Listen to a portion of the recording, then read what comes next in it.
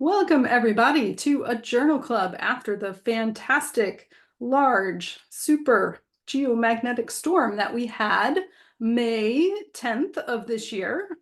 This is the largest storm since November of 2003. So it's a very big deal. And it's also um, uh, one of the a huge opportunity for digital photography to help inform what we know about the aurora. So we do these journal club reads. We go around and we read different sections of the paper and we talk about how to read a paper and kind of try and break it down so it's not, so it can be better understood. I will caveat that this is a pretty deep dive into the pool of auroral physics, and there are not a lot of introductory papers. I was kind of looking for a classic paper, and Tanya found this one, and it really is maybe a new classic paper. It describes well kind of some things that were the state of the art. 10 years ago or so, but without many equations. But it does go through some unique data. So we'll talk about that and how the general goal is to start to get into what's unique about a geomagnetic storm.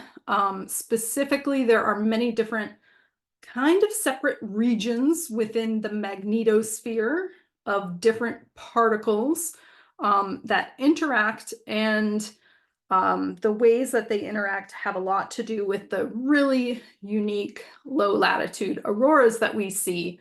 And this is not really that well described or that well understood. So it's very exciting for that reason. And also just want to be clear that if you're not expected to understand all of this. This is going in at a really high level, and really appreciate everybody's interest in being here. And just don't want, we have a variety of events with Aurorasaurus at a variety of levels, and this is probably one of the more advanced kind of events that we've tried to do. So, and we're gonna try and do it quickly so we can get through the key pieces of the paper, starting with the abstract and then the introduction.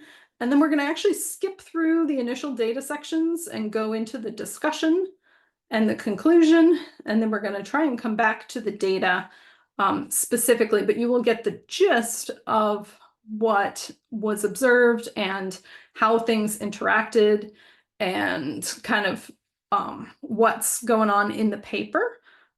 Hopefully that sounds good to everybody. If anyone wants to share what they're trying to get, what they would like to get out of this, if they have any specific questions or thoughts on that, you're welcome to share that. Yeah, so, and I think we know most of you. There's a few new folks, and people are welcome to introduce themselves in the chat also, or when they want to read. Okay, Laura, any more thoughts? Should we get started? No, we can get started. Reading is entirely optional. If you are not into reading aloud, you do not have to read aloud. This should not be an anxiety-producing thing, but for those of us like me who are super, super extroverted, always happy to read aloud. So that's completely optional. And then the one other thing to add is that we are, Laura is sharing this PDF version of the paper, and you should be able to open it using Google and add your own comments or questions to different sections. So we might do a little bit of that as we go. All right. Sound good? Let's see. We will dive in to ground and satellite observations of low latitude red auroras at the initial phase of magnetic storms. This is a paper by Kazuo Shiokawa from Japan, and colleagues also from Japan, from Johns Hopkins Applied Physics Lab, Southwest Research Institute, University of California, Berkeley, and probably some other places I'm missing. Paper in the Journal of Geophysical Research, Space Physics, which is kind of the major journal in this field, from 2013. Do we have a volunteer who would like to read the abstract? Hey, this is Jeremy. I'll start. Thanks, Jeremy. If Laura wants to scroll in sync with my playing the part of Dr. Shiokawa. You got it. I will be your page turner. All right. We report ground and satellite observations of unique low-latitude red auroras that appear in the initial phase of geomagnetic storms. For two events on 21 October 2001 and 6 April 2000, the low-latitude red auroras appeared at about 45 degrees magnetic latitude, bracket L approximately equals 2, approximately equal to 1.5 hours. I'm not sure what that means. We'll have to unpack that. After the storm's sudden commencement in the post-midnight sector in Japan, comprehensive satellite data were available for the former event. The energetic neutral atom images obtained by the Imager for Magnetopause to Aurora Global Exploration Satellite show rapid enhancement of ring current hydrogen and oxygen fluxes at radial distances of about 2 to 8 Earth radii after the storm's sudden commencement and associated with several storm-time substorms. The hydrogen ring current enhancement occurred particularly in the post-midnight sector where the red aurora was observed. The timing of the oxygen flux enhancement associated with the storm time substorm coincided with the red aurora appearance. This rapid and significant enhancement of energetic neutral atom flux was also confirmed by energetic ion data obtained by the NOAA POSE-16 satellite. Extreme ultraviolet plasmaspheric images obtained by the Magnetopause to Aurora Global Exploration, indicate that plasma pause was located at L equals 2.3 to 2.5 in the post-midnight sector during the event, indicating that a spatial overlap occurs between the plasma sphere and the enhancement ring current ions at L approximately equal to 2. Based on these observations, we suggest that large energization of high energy ring current ions in the post-midnight inner magnetosphere caused the spatial overlap of these ring current ions with the low energy plasmaspheric plasmas at L approximately equal to 2, producing the low latitude red auroras at the very beginning of the storm. And that is the abstract. Okay, we're in the deep end of the pool already. That's kind of what an abstract does. It attempts to summarize the key points of the paper. I put a couple of notes on here. So one thing, the L approximately 2, that's the L shell, which is measured in Earth radii, but basically the Earth's, the magnetic field from the place in Japan at 45 degrees magnetic latitude. Basically, you're connected to the magnetosphere at around this L shell of 2 Earth radii. And then that is later on, it talks about satellite observations from a satellite called IMAGE. They wrote the whole acronym out, Imager for Magnetopause to Aurora Global Exploration. Very clever. But IMAGE saw the ring current enhance in that overlapping in that same region. So you kind of have a good conjunction there. Let's see, what else? Any other kind of questions or little things people want to ask about? We're going to get more into all of this.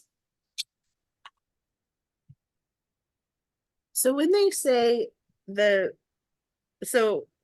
okay, so I'm just gonna say this and see if it makes sense to me, and please tell me if I'm wrong.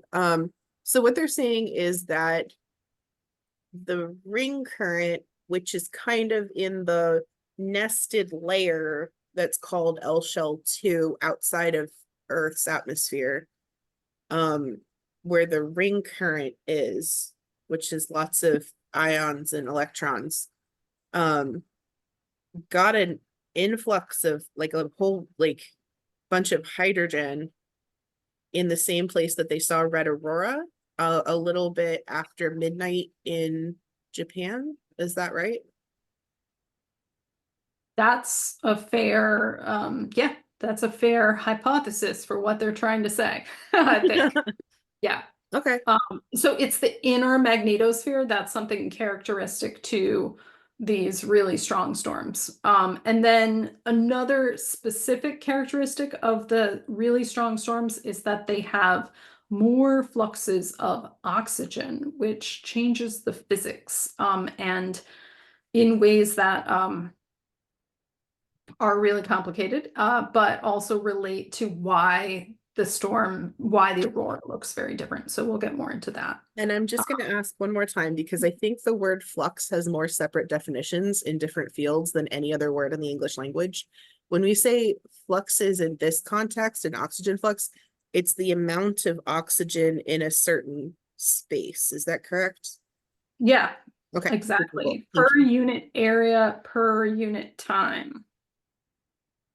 Or volume. It might be volume. But basically that. And it may also be restricted to a certain energy range that they're specifically detecting, because there's a whole range of energies, as opposed to being able to measure the total flux of particles. If I could ask a geometry question, since we're talking about the shells of the magnetosphere and the magnetosphere, they mentioned the plasmasphere and the ring current. If I was sort of looking at the Earth as if it was a globe, where's the plasmasphere and where's this ring current? And what would it kind of look like if you had to make a little model of it? Yeah, so the plasmasphere is the cold, dense plasma kind of immediately outside of the atmosphere. It's fairly close and confined. And then the ring current is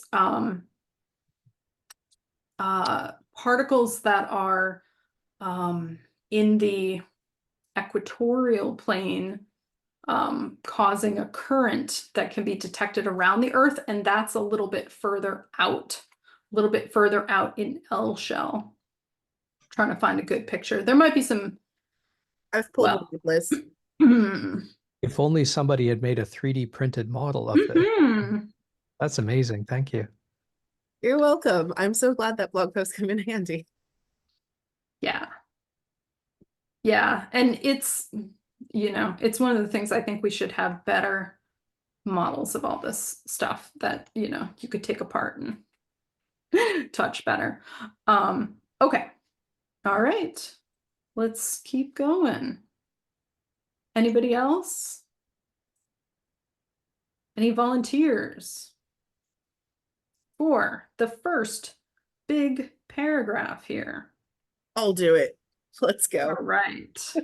I would say you can skip the references unless you really feel like reading them. That'll make it considerably shorter. We can appreciate there are a wide range of references cited in here. Okay. All right. Section 1, Introduction. During geomagnetic storms, red auroras have been often observed visually or subvisually at middle and low latitude, providing a spectacular view, per these awesome scientists here. Recent studies report that these red auroras have several characteristics in common. They appear during the main phase of geomagnetic storms. They last for several hours, and their appearance coincides with the occurrence of magnetospheric substorms. More awesome science references. Categorized, these lovely folks, Tinsley et al., categorized two types of low latitude auroras characterized by some fancy science stuff, emission at high vibrational levels, and a high greater than 10 ratio of red, 630 nanometer, and that's the wavelength, correct? to green 557.7 nanometer atomic oxygen lines. Shiokawa et al. 1997 indicated that broadband electrons can cause low-latitude red auroras during storm time substorms. The broadband electrons are the electron precipitation observed by Defense Meteorological Satellite Program and fast auroral snapshot satellites over a broad energy range of about 30 electron volts to 30 kiloelectron volts at subauroral latitudes. However, simultaneous measurements of low-latitude red auroras on the ground and plasma characteristics by magnetospheric and low Earth orbit satellites are still very rare. Do we keep going? No, let's pause there. Okay. All right. Was that N+2 1N? The nitrogen? N2 first positive, I think is what it's, Yeah. how do you say that? Okay, thank you. Yeah. So this is a good introductory paragraph because it's setting the stage. And really that last sentence is kind of key for where we're going in this paper, where they're talking about. I think they're setting the stage for the simultaneous measurements of low latitude red auroras on the ground and the plasma characteristics captured by satellites, both in low Earth orbit and in the magnetosphere, are still very rare. So they have some, observations from Japan at this time. And that's what the focus of this paper is going to be, along with what was really back in 2000, a very special time for imaging the aurora. So we had this thing called the image satellite that literally imaged the aurora as well as neutral atoms, which indicate the ring current. So it was a special time for doing this. We do not currently have this capability up in space. And also it was a time when there were several large storms. So they'll get into how large those storms were. But yeah. Did somebody say something? Question?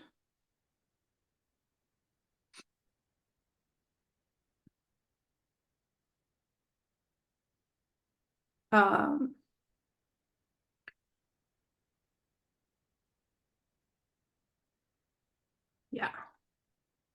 All right. Now we're going to get into some fun stuff, the SAR arcs that you all are interested in, I know. Christian, do you want to read the next paragraph by any chance? Sure, I can't say I'd mind that. We left off on point number 3, right? Yeah. Okay. So, one of the major causes of middle and low latitude red auroras is stable auroral red arcs, or SAR arcs, which predominantly appear during the recovery phase of magnetic storms. The broadband electrons described above can be another cause of low latitude auroras. SAR arcs are monochromatic emissions at a wavelength of 630 nanometers and can last for more than 10 hours during the storm recovery phase.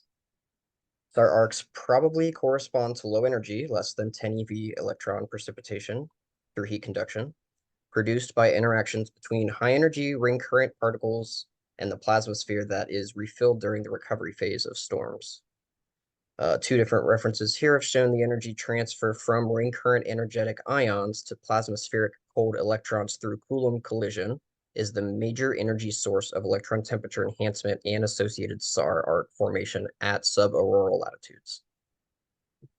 Two other references showed using observations by a ground photometer and the DE2 satellite that precipitating electrons with energies below 12 eV cause the SAR arcs. This reference argued based on ring current, plasmasphere, and electron temperature observations by the imager for magnetopause to Aurora Global Exploration, just image, and Defense Meteorological Satellite Program satellites that some instability wave-based processes rather than Coulomb collision is the likely cause of energy transfer from ring current ions to plasmaspheric electrons. because the strong electron heating occurred only during a limited range of the ratio of hot ring current ions to cold plasmaspheric density. I'll go ahead and stop there. Okay.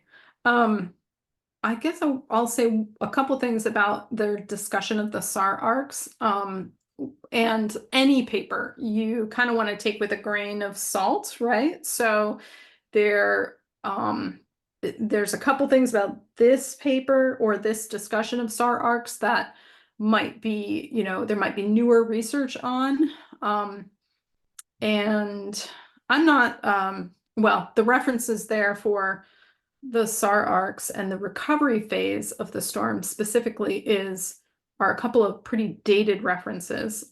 So it would be interesting, actually. I think we probably have a lot of newer photos and data on when SAR arcs occurred during storms, during these large storms. The SAR arcs are the pure red, the dim pure red. That's another reason why, especially for the older observations, they may not have been seen as broadly as they are now able to be seen with our current technologies. Let's see. And then they also kind of talk about what might be the leading description of how SAR arcs form, and that there's low energy particle precipitation, and that that primarily stimulates the red color, and then doesn't get further in the atmosphere. But then they also say that there's other indications that other things could be happening. And kind of we don't know fully when and where those are happening. There's no discussion of subauroral ion drifts specifically here. I think mostly because they're talking about large storms, and I could be wrong, but I don't think they are as expected or as studied during really large storms. And another thing to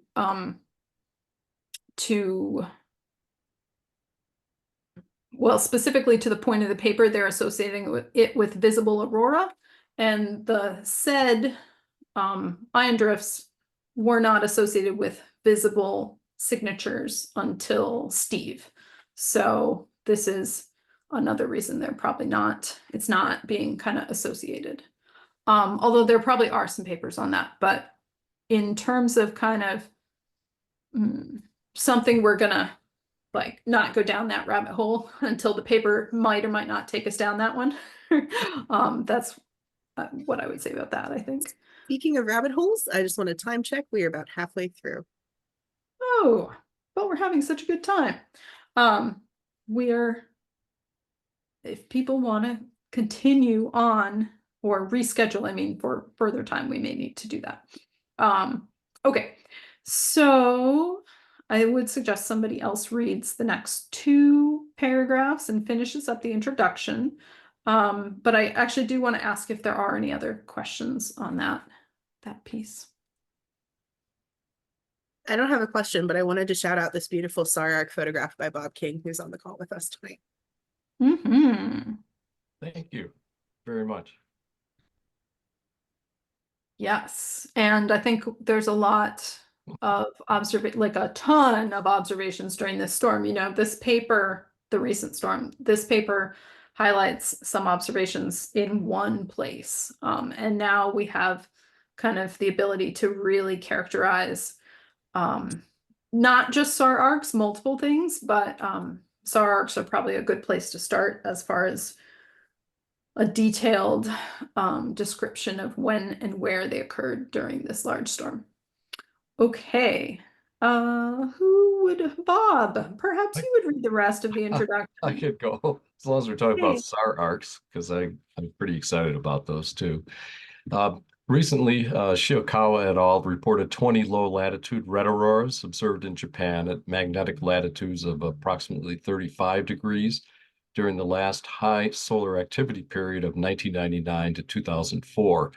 Many of them are probably SAR arcs lasting for many hours during the main and recovery phases of geomagnetic storms. However, they also newly found that several low-latitude red aurora events occurred at the initial phase of magnetic storms, less than a few hours after the sudden storm commencement. There may be some unknown mechanisms that cause low-latitude red auroras at the initial phase of geomagnetic storms. In this paper, we investigate two events of these initial phase low-latitude red auroras in detail by using comprehensive observations from the ground and from satellites. Fortunately, during one of these events of 21 October 2001, the image satellite was in a good location at approximately 7 Earth radii above the North Pole to take images of auroral oval in UV wavelengths, ring current particles through energetic neutral atoms, ENAs, and plasmaspheric plasma from resonant scattering of solar extreme EUV emission. This is the first report of comprehensive satellite observations of the inner magnetosphere during low-latitude red auroras at the initial phase of geomagnetic storms. From the image and low-latitude NOAA POS 16 data, we found rapid and intense energization of ring current particles in the inner magnetosphere at the initial phase of the storm. We suggest that initial phase red auroras are caused by a similar mechanism to that of SAR arcs, but the spatial overlap of the ring current and the plasmasphere is caused not by the refilling of the plasmasphere that can be typically seen in the recovery phase, but by the energization of ring current ions associated with strong southward interplanetary magnetic field, IMF, and storm time substorms. Okay, cool. That'll be interesting, I think, also to see as, you know, in the context of this recent event. Anybody have anything else they want to think about or thoughts on the introduction relative to this recent event? Curiosities?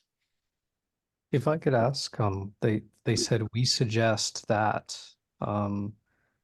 so the reason the paper is very interesting, I guess, is that it is suggesting a new mechanism that hadn't been suggested before, and they have multi-source data to back up that hypothesis. Yeah, you could also say it like they have the data and the observations, and then they're making this suggestion. Yeah. Liz, I have a question. I can't see if anybody has a hand raised. Apologies. When they say initial phase red auroras, having written a blog post about red auroras, what kind of red auroras are we talking about? Are we talking about like the ones that you see from great distances over the horizon? Are we talking about great red auroras or something else? So we don't know currently, and that's probably in much more detail in the data section here. But what they're saying is that they think it's caused by a similar mechanism to the SAR arcs. So I'm assuming that it's actually a similar brightness and probably looking a lot like the SAR arcs. But I think it's possible there's some other I think you're right to wonder if it could just be the auroral oval and the top edge of the auroral oval, or if it's something different like the SAR arcs. So we shall see. It's possible these observations were not able to distinguish that, or I think you've just come up with an alternate hypothesis, which is just awesome. Skeptical journal reader now, Laura, so that's good. Coming from your own knowledge, you're like, you haven't convinced me yet. We'll pretend. I think it's more confused reader, but that's why we have these journal clubs. Yeah. Because if I jump into the question, it seems like if it is SAR arcs, then we know how difficult those things are to view. So it's when I hear red aurora, I think something different generally from SAR arc. So I'm slightly confused too and need more information, I guess. Yeah, I was kind of coming from the place of, so when they say initial phase of the storm, they mean what's called the main phase, which is where the ring current is enhancing. And that's causing a signature in the disturbed storm time index that DST is dropping, as opposed to the recovery phase where DST is coming back to a baseline because the ring current is less strong. So yeah, but I was actually thinking, for this recent storm that we did see significant SAR arcs in the main phase. But to be honest, maybe I haven't really dug into that far. And so some of you may even have better memories on that. Were SAR arcs reported during the I saw the aurora on May 10th. I stayed up the whole night. Yeah. And I Yeah. didn't notice any SAR arcs that night from my latitude, but the following night on the 11th, there was a very brief SAR arc. And then it was done before the coronal display. But Okay. I didn't see any, the camera, I should say, did not pick up anything, particularly anything that looked like a SAR arc that night. Yeah, Okay, so that's a good observation from one location. I feel like there probably were some observations of SAR arcs on that first night, but now I'm unfortunately not able to like pinpoint them. Like I feel like like by the, I don't know, I was gonna say kind of West Coast time, there were certainly a few times where the SAR arcs were, or the red aurora was a little different and very, it was brighter. It wasn't that blood red, great red aurora, but it was more SAR arc like. This might be something we want to talk to Chris Wickland about because he has looked at a lot of the red reports, many of them. I don't know if he's noticed that with respect to time yet, though. But also the Aurorasaurus data it's a good place to look. Right. Okay. Discussion. We're going to skip to the discussion, and then we're going to come back. Let's see. What's the question that you just answered in the chat, Laura? Oh, the phases of the storms and the substorms. Yeah. So the phases of substorms are a little different than the phases of storms. Storms, well, I guess you're right. There's a main phase in storms and a recovery phase. And then some mix of substorms and crazy stuff in between there that aren't necessarily classic substorms. And that's not well accepted either. People thought initially that a storm was like the addition of multiple substorms. But I think they've since, like that was one of the first thoughts on that. And Shing's question, how do researchers know what the energy of the electrons causing specific aurora is? Is that by satellite? And people say that SAR arcs are caused by lower energy electrons than typical aurora. Right. Yes, you are right on that. And both of those things are typically known from many types of low Earth orbit satellite observations. We actually have instruments. I used to work on this type of instrument that measures the precipitating flux of those electrons specifically well above the atmosphere where those collisions and the light is actually happening. So the satellites are up at like 500 kilometers or something like that. And they're able to sample what particles are causing specific aurora. So that's actually some of what's shown, I think, in this figure on the next page, but we may not get to that quite yet in the paper. Would anybody like to start reading the discussion?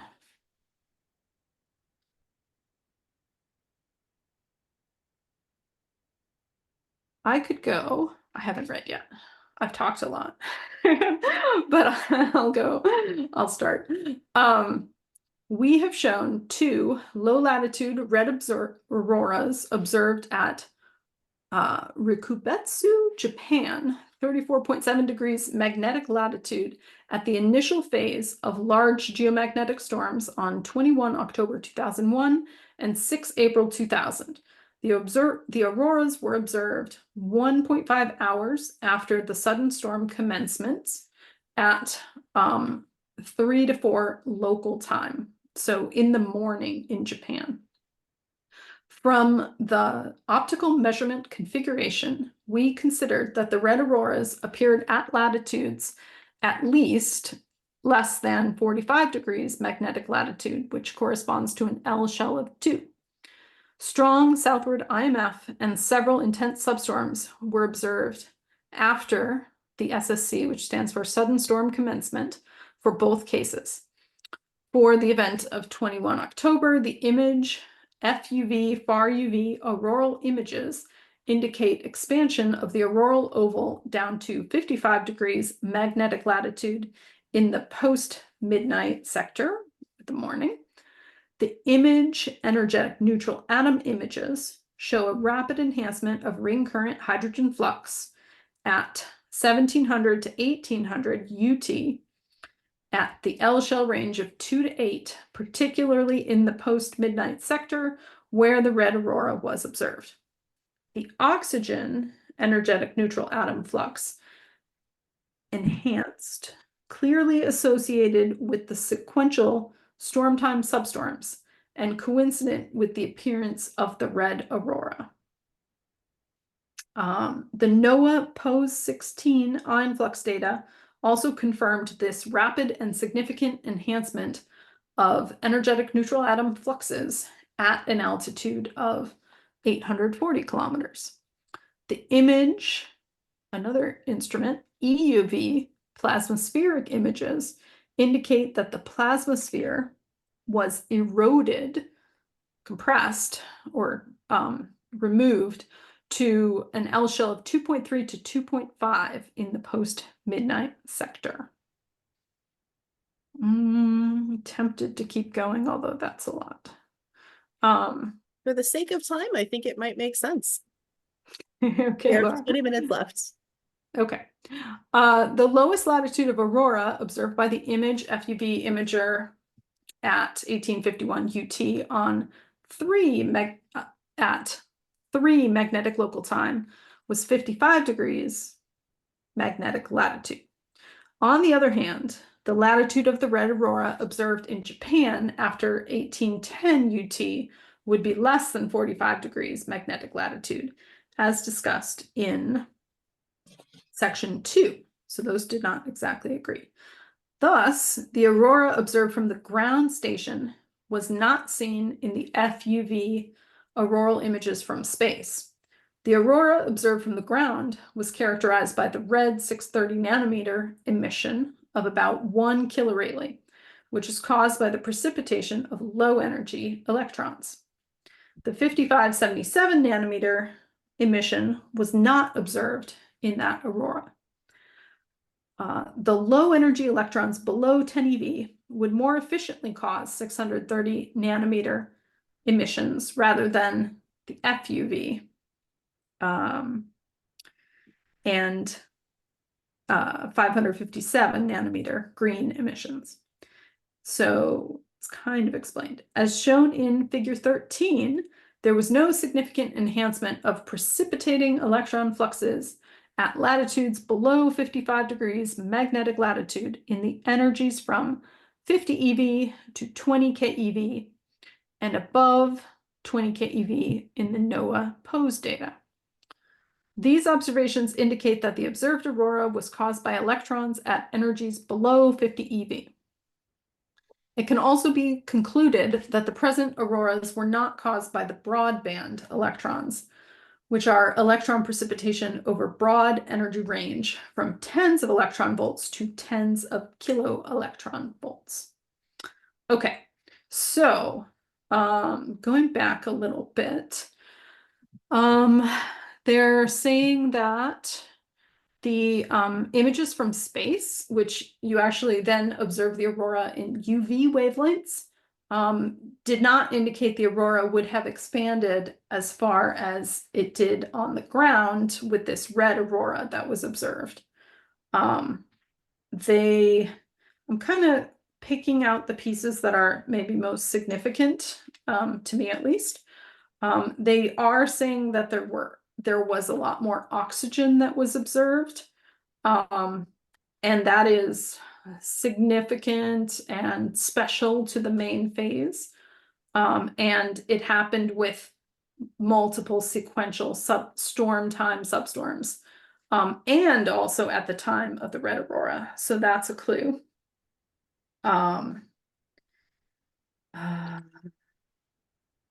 Okay, and then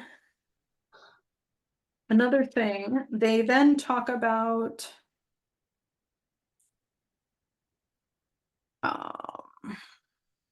what energies are observed, and the kind of upshot of that is, again, that they were these lowest energy particles, coincident with the red aurora. So there's a lot of detail there, and we, have skipped around a little bit in the paper, so it's kind of okay that it's dense and hard to get to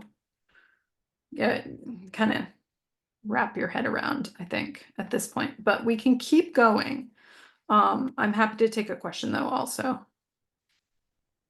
If I could ask, there's a diagram that seems to just show to me what all the words are trying to say, but I guess it's kind of saying that the ring current is bumping into the top of the plasma sphere, and that's what's causing these low energy electrons to precipitate, which cause the red arc. And this is showing the contrast between A is the SAR arc, which they kind of know, and B is this red aurora that they're describing that's at low latitudes. I'm just trying to understand it, but I think this diagram is a good anchor point for my understanding. Could we just take a second to describe or to understand what the diagram's trying to tell us? Yes, and I think that I think they talk about that later on in the paper. I'm not sure how much further later on. But yeah, it is a pretty good paper. Sorry, pretty good diagram that shows, kind of a similar region, similar sizes, but different things are happening. And it kind of breaks it down to be pretty simple. So I'm not sure if you had a question there, or I yeah. guess they're contrasting with the diagram. Figure A is what they understand causes the SAR arcs, which is the plasma sphere sort of expanding into the ring current and getting energized that way. But then the two low latitude red auroras that they are describing spotted in Japan are sort of the opposite thing, where the ring current is expanding into the plasma sphere instead. So it's like they're both bumping into each other, but one is, but there's different mechanisms about how they overlap to get energized, if I understand the diagram properly. Yeah, I think that is what the diagram is trying to show. Yeah. Did that cover Shing's question about plasma sphere? Is that why they think the electrons are from the plasma sphere? Because the electrons there have lower energy. Good question. I'm not sure that's why. But yeah, it might be actually. We're all learning here tonight, so I think you've picked up on that. I think they actually are talking about this in the very next paragraph. Am I right? Yeah. So we can continue on and then come back to it, Jeremy. Anybody else like to read that hasn't read already? I can't see everybody.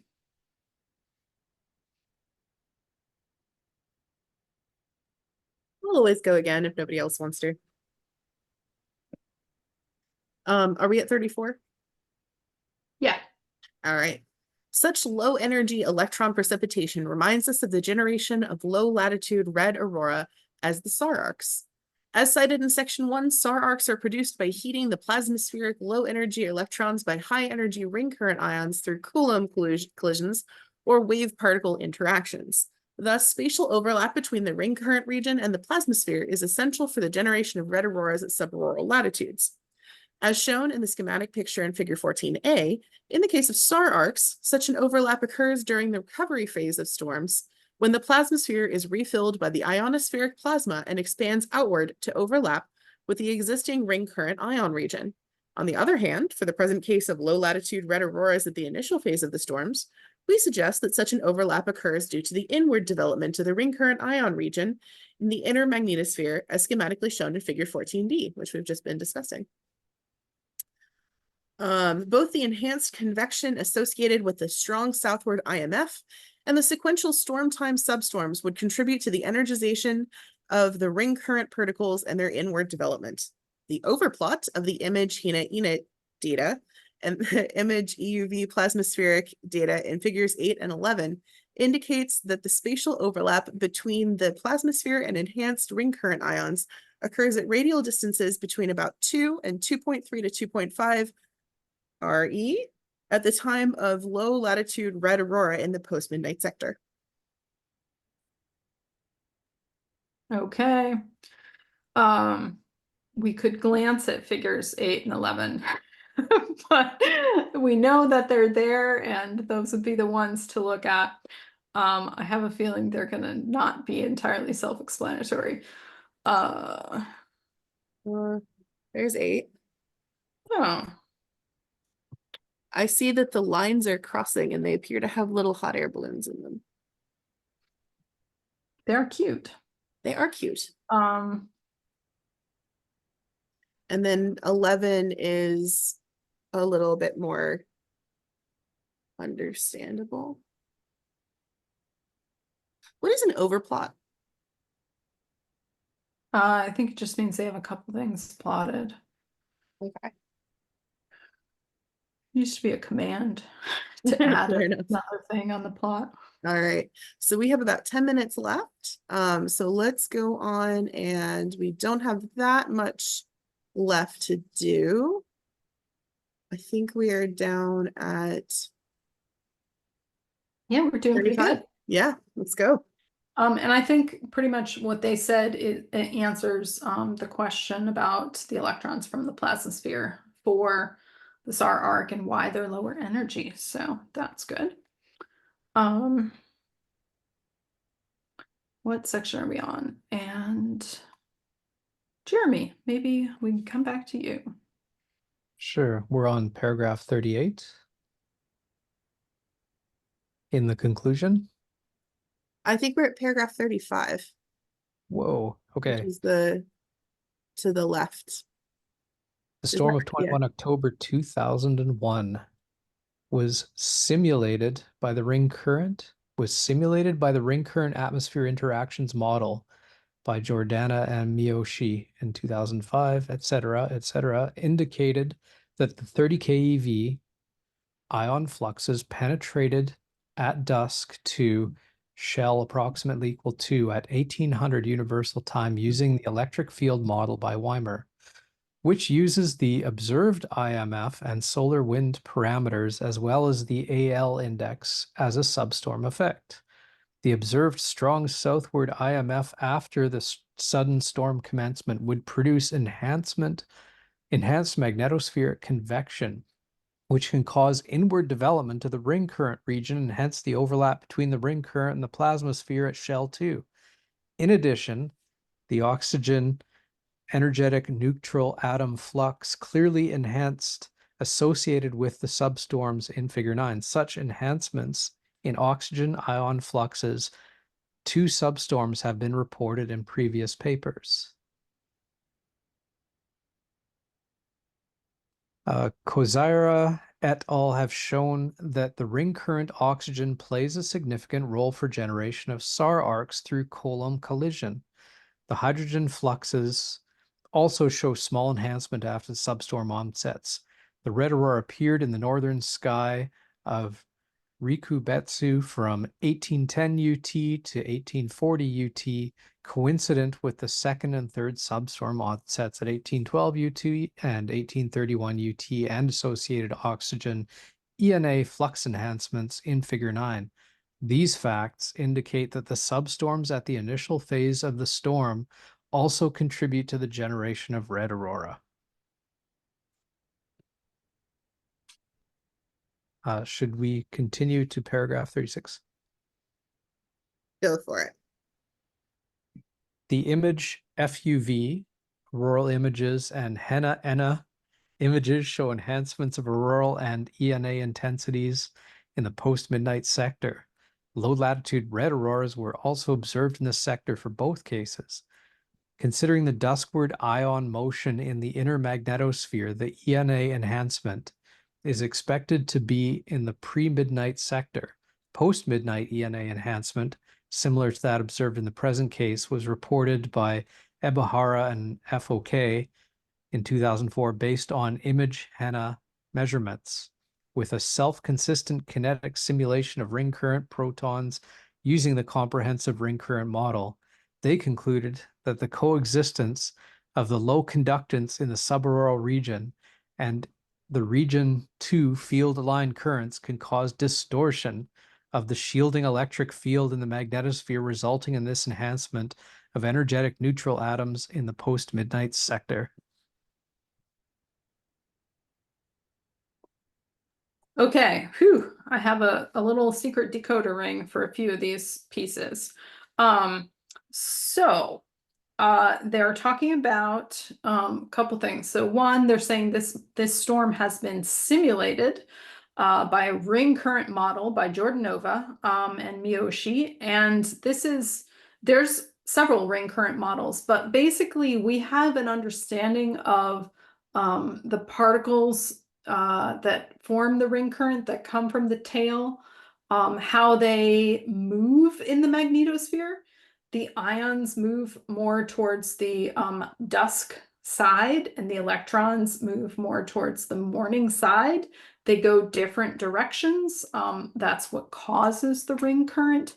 And then they penetrate to different L shells, different depths, sort of, depending on their energy, which is why they're pointing out specifically like how far certain energies can get, or where they see them. And then what else did they say? Pointing out again the oxygen that's significant.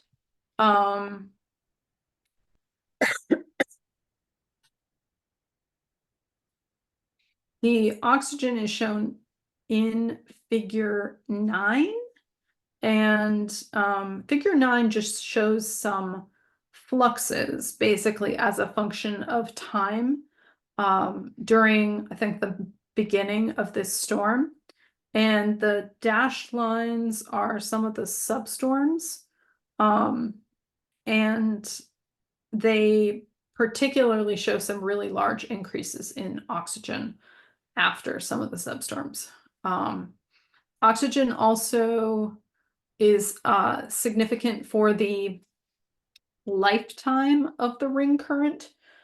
It affects, so the ring current is these particles moving different directions, and then there's collisions, and there's a, oh, I forget the name of it, sort of a lost time. They recombine, and oxygen has a very different time than hydrogen. I'm blanking on whether it's much longer or much shorter. I have to find that. I have to come back to that. But it's different, and we can see the effects in some of even the DST index. Okay. I realize we're just about at time. If folks have to drop off, that is totally okay. And thank you all so much for being here.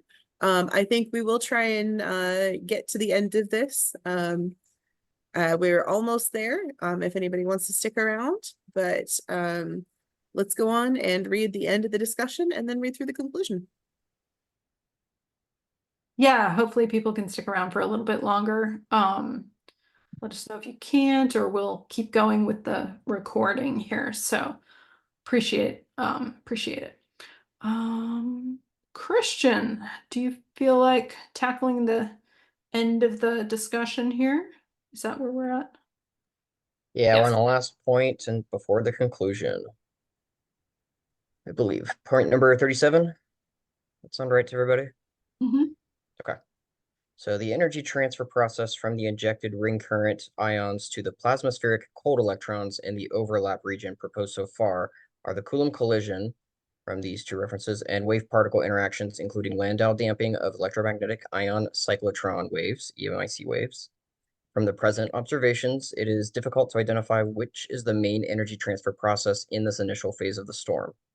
We should note that the two events presented in this paper were observed in the post-midnight sector, while the EMIC waves tend to occur in the dusk pre-midnight sector.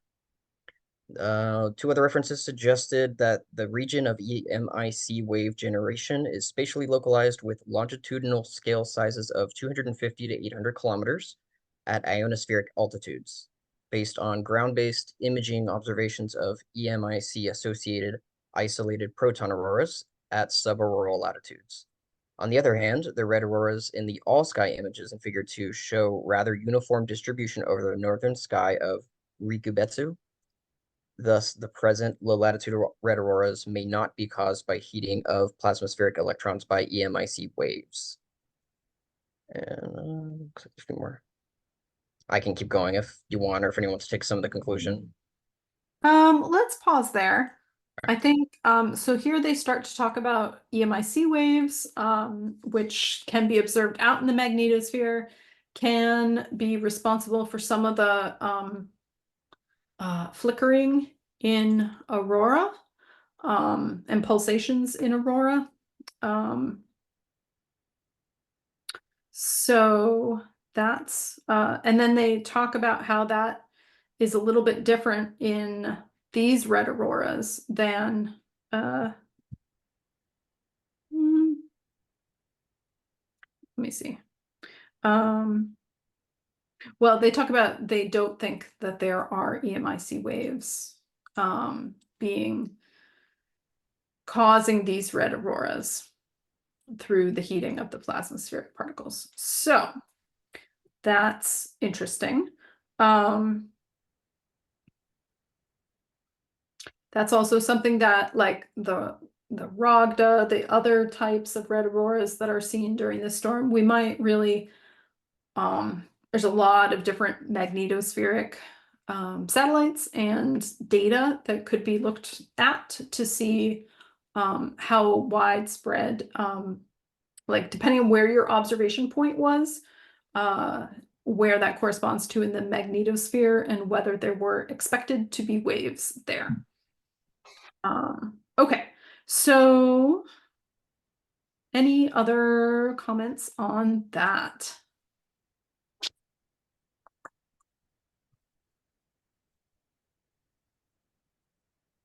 I think a lot of the conclusion is similar to what we've already heard in this paper. They're kind of trying to lay out the points in order, which might be helpful actually. I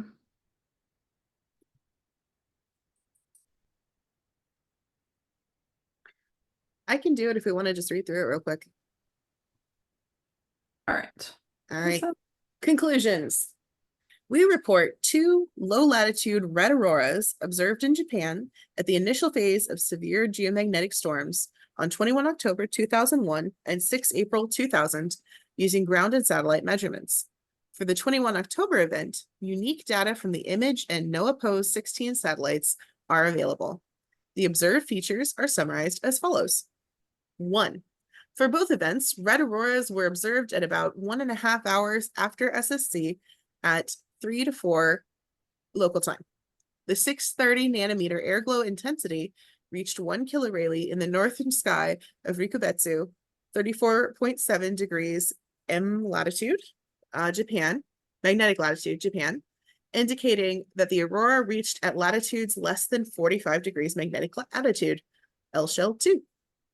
2, strong southward IMF, BZ less than negative 15 nanoteslas, that's quite negative, and several intense substorms were observed for both cases during the initial phase of the storms. 3, for the event of 21 October 2001, the image FUV auroral images indicate expansion of the auroral oval down to about 55 degrees magnetic latitude in the post-midnight sector where the low-latitude red aurora was observed in Japan. 4, the global ENA images obtained by Image/HINA show the enhancements of ring current ENA flux at L shell 2 to 8, particularly in the post-midnight sector where the red aurora was observed. The oxygen ENA fluxes clearly enhanced associated with the sequential storm time substorms. The timing of the oxygen flux increase at 1810 to 1850 UT coincided with the appearance of the red aurora in Japan. 5, the image EUV plasmaspheric images show that the plasmasphere was eroded to L equals 2.3 to 2.5 in the post-midnight sector during the red aurora, indicating that the spatial overlap between this plasmasphere and enhanced ring current ions at radial distances occurs at radial distances between about 2 RE and 2.3 to 2.5 RE. 6, the NOAA 16 ion telescope data show rapid and significant enhancements of ring current ENA fluxes in 2 orders of magnitudes in the post-midnight sector at the initial phase of the storm on 21 October 2001. The NOAA 16 electron telescope data show no significant enhancement of precipitating electron fluxes at latitudes below 55 degrees magnetic latitude in the energies from 50 eV to 20 keV and above 20 keV. Based on these observations, we suggest that the rapid development of ring current ion fluxes due to both the enhanced convection associated with the strong southward IMF and the sequential storm time substorms caused overlap of the high energy ring current ions and the low energy plasmaspheric plasmas at L shell 2 in the post-midnight sector and caused the observed low-latitude red auroras at the initial phase of the geomagnetic storms, similarly to the generation mechanism of SAR arcs during the storm recovery phase. The end. Okay. All right. I was glancing back through a few of the figures, and one thing that we didn't note in the part that we read was the size of these storms, which is actually in figure 3. And the size, according to the DST index, which is the general modern index for the size of storms, it's not one that you hear about as much, but it's generally accepted as how you measure the size of storms. And May 10th was, I think, about 400 nanoteslas. And in this case, their 2 storms were both quite a bit, well, one was 300 and one was not quite 200 nanoteslas. So quite a bit smaller, maybe a little more like, well, somewhat between the storm that we saw recently and the storms of 2023, the several big storms there. Yeah. And then, yeah, you can also see that in figure 5, which is the solar wind parameters. And you can see that the solar wind BZ was about minus 30 something at its maximum, which is less than it was on May 10th, but that was really extreme. And then the one other thing I want to point out is that figure 6 shows some of the ultraviolet auroral images from what's called the wideband imaging camera on this image satellite. And during the storm, and you can see kind of how the auroral oval expanded a lot, and then they've also indicated where their observations in Japan were that are at significantly lower latitudes. These maps are in magnetic latitude, and they're kind of labeled 90, 80, 70, 60, 50, 40. They go down to 40 degrees magnetic latitude. And they basically show that the measuring the auroral emissions from space is also different than measuring the aurora from the ground. So the UV is not the same thing as the red arcs. And it's not totally clear how those things line up. So just adding a little bit of that for context. I would love to hear any more questions or comments about the paper. Of course, if you have to go, that's totally fine. But yeah, any other So wait. So they're saying that there were low latitude red auroras that were caused by dynamics between the ring current and the plasmasphere. Plasma sheet, plasma something. sphere. It's plasmasphere that are different from regular auroras, but are not great red auroras or SAR arcs, but are kind of like SAR arcs, but not. I think they're basically saying they're like SAR arcs. I guess they don't say that explicitly. And because SAR arcs, according to figure 14, happen in a very similar region, and they're just pointing out that they think these were happening kind of the same region, but a slightly different way, and during the main phase of the storm. So again, you know, we don't know the whole evolution here. I think that's one of the things that I really, you know, this paper has only observations from one place, and there's quite a bit of work that they've done to correspond to understand what was happening for that one place and the time that they saw the red aurora. Yeah. So- Shing found pictures from that. Oh yeah, and even it's interesting. Because some of those are from the town that on Hokkaido that we've been talking about, I think. And they show some green, which they didn't talk about in the paper. That's tricky. Cool. Yeah. Spaceweather.com has, you know, this venerated gallery, and way back then, it's really interesting to look at these because they're like, here's my Fuji film, and you know, it's different than it is now, I guess. But So if I could just ask, so in other words, it would seem that none of these red auroras had anything to do with the fact that they were just higher up and visible from a greater distance down into lower latitudes, like the photo shows, actually, the red aurora above the green. So that is not part of this paper at all. It's an entirely different cause behind the red aurora. Am I getting that right? yeah, I believe they're linking it to the SAR arcs, and it's also part of when in the storm they saw this red aurora, both when and where. So they saw it right after the storm started, and they were in the dawn sector. It was after midnight there. So that's another key piece of it. But it's interesting because I don't know if I'm now kind of curious about, you know, this observation from Rukubetsu, Japan, the 300-second one. Yeah. What time was that observation, right? Was that the same date and right after the storm started? Like the Yeah, first. she's pointing out that there's no time link, so you don't know when the photo is shot. Yeah. There was another link to another photo Star. there. Can we look at that as well? From Japan or from elsewhere? From Rikubetsu, it says more to the right of number 1.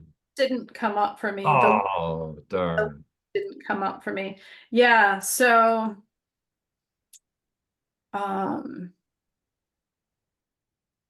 yeah, I thought, well, it says October 21st. You could potentially find the time from the stars. But we should be careful that we're talking about the same date here, October 21st. I have to say, I love the comments to the right because they really kind of add in that very human experiential quality to the photos.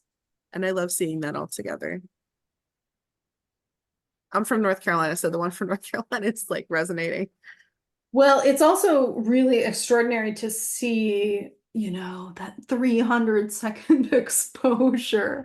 Like, I kind of wonder if it was a typo or something. I don't know. Oh, well, I guess you could also confirm that by how far the stars have moved in this photo.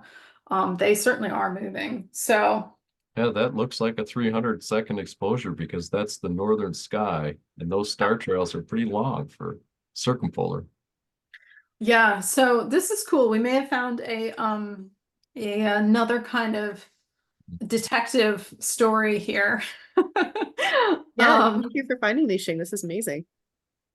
I think actually it would be interesting. I recently contacted Michael Teusner about who has the really nice astrometry software.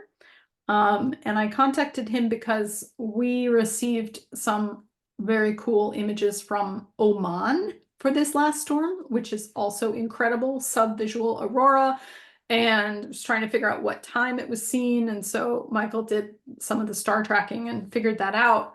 And I kind of wonder if he might be up for the trying to track down approximately what time this really old observation was, because then we could put it in the context of this paper. And not to say they're, you know, we're disputing the paper or anything, but they're, you know, the paper talks about here's some red aurora during the initial phase. And so this can then lead us to, well, what did the initial phase red aurora look like? Or was this observation during that same time? And if so, like, what did it look like in May 10th? Was there more of a different flavor like Ragda potentially or something else? So yeah, it's interesting. Yeah, and it is kind of, yeah, we won't know until we have the time, but okay, lots of good questions in the chat. Tanya, did you want to say anything? Yeah. Well, like a discussion. Oh, go ahead. Sorry. Sorry, I found another paper on red aurora. We just seen at the onset of substorm, and that was actually a non-storm time substorm. I can put it in the chat. I did send it to you, Liz. It's kind of interesting because they're describing really an interesting feature that is neither sour nor sweet. And it's, again, it's kind of ahead of the main aurora in terms of magnetic latitude, so it's lower, well, more equator forward. Probably also another paper. But I mean, the main question that I had about all of this, sorry, my dog is just. It's okay. We'll look at this paper a little bit. All right. My dog is objecting to something, so you'll have to go mute if she doesn't. According to the Journal of Space Physics, I think. So that's a 2020 paper.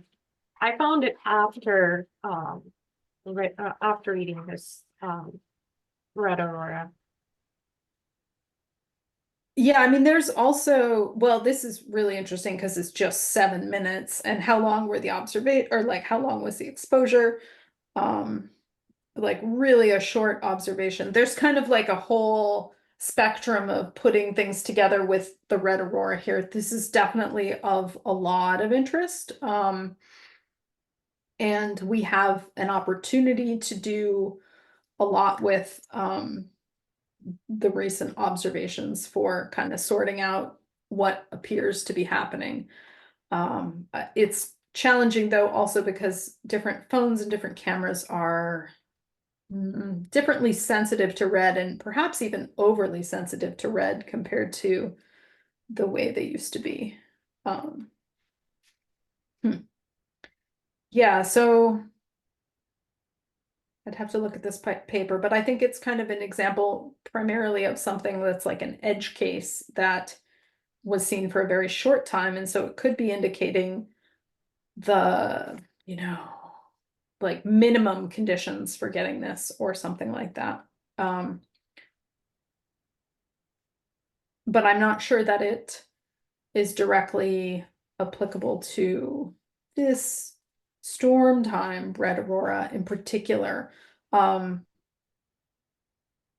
storm time and the red and the influence of the oxygen was not really explored in great detail here, but it is actually a major thing and one of the major mysteries in space physics.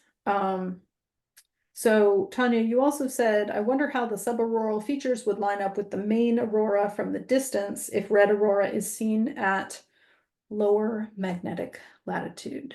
Oh yeah, I think that's also kind of, there are some pictures, like the pictures looking north from New Zealand, where there's like a SAR arc and then like subauroral features and then the main aurora and then some more red. I've seen some of those recently, and I think lining that up in a better sort of geometry, there's a lot of work that could be done on that. There's also sometimes it's easier to look at like the corona pictures because then you're straight under the magnetic field line and you can kind of trace that out.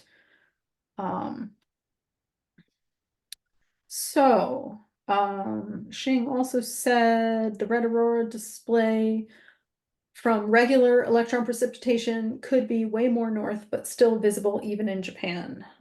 If you are in Japan, you'd be shooting north, while this kind of aurora might be overhead, and you are not shooting overhead.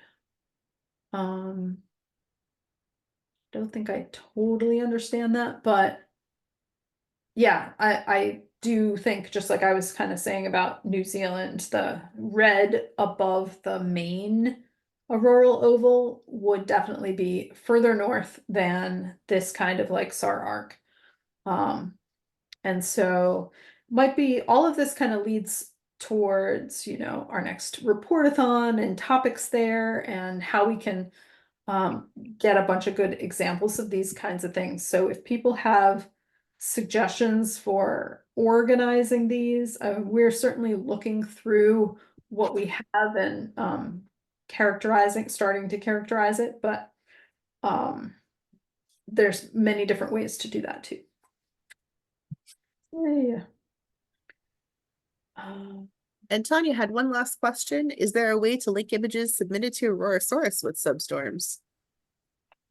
I'm not sure what you mean, but you can sometimes pick out substorms from ground magnetometer data that's nearby. And sometimes, and there are actually lists of substorm initiation times. And so you could be looking at those lists and looking for nearby or similar time images, but not sure exactly what you mean by link. Well, I this is again the question of what do we actually see from the ground as opposed to where the colors really originate and whether or not it's sort of stacking in terms of height or really more stacking in terms of kind of more spread than in latitude than this schematic represents.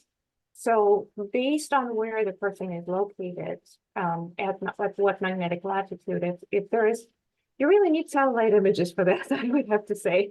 You'd have to see where the main aurora based on UV light would be and what are they actually seeing.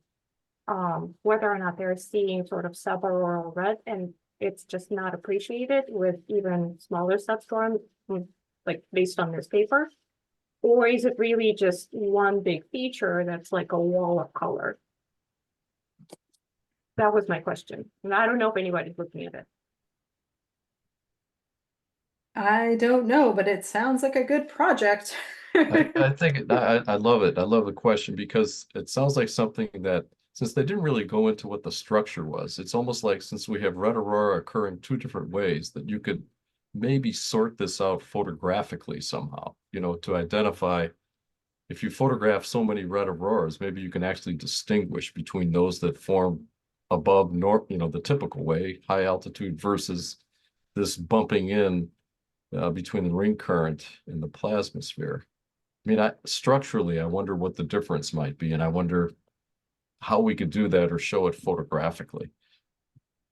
Yeah, I think I like the way that you describe that because I could picture going through, you know, the reports that we have as a function of the storm and trying to characterize the reports of, okay, SAR arc was seen from California to New Zealand or Japan, or you know, it was seen for this many hours and but it wasn't, something else was seen at a different time. uh and then that also can be correlated with the like substorms within the storm, which um is another sort of separate effort to pick out what those times would be, and there's probably multiple ways to do that, but also would be good because I think Aurorasaurus is a way that you could find those, because I do think the kind of substorm times are the times when the aurora was particularly lowest in latitude or suddenly lowest in latitude. So that would be a more indirect way to pick those out. Could be confirmed with ground-based magnetometers too. Okay. Fun stuff. Fun stuff. Everyone, pat yourselves Thank on the back. you. That was Yeah. amazing.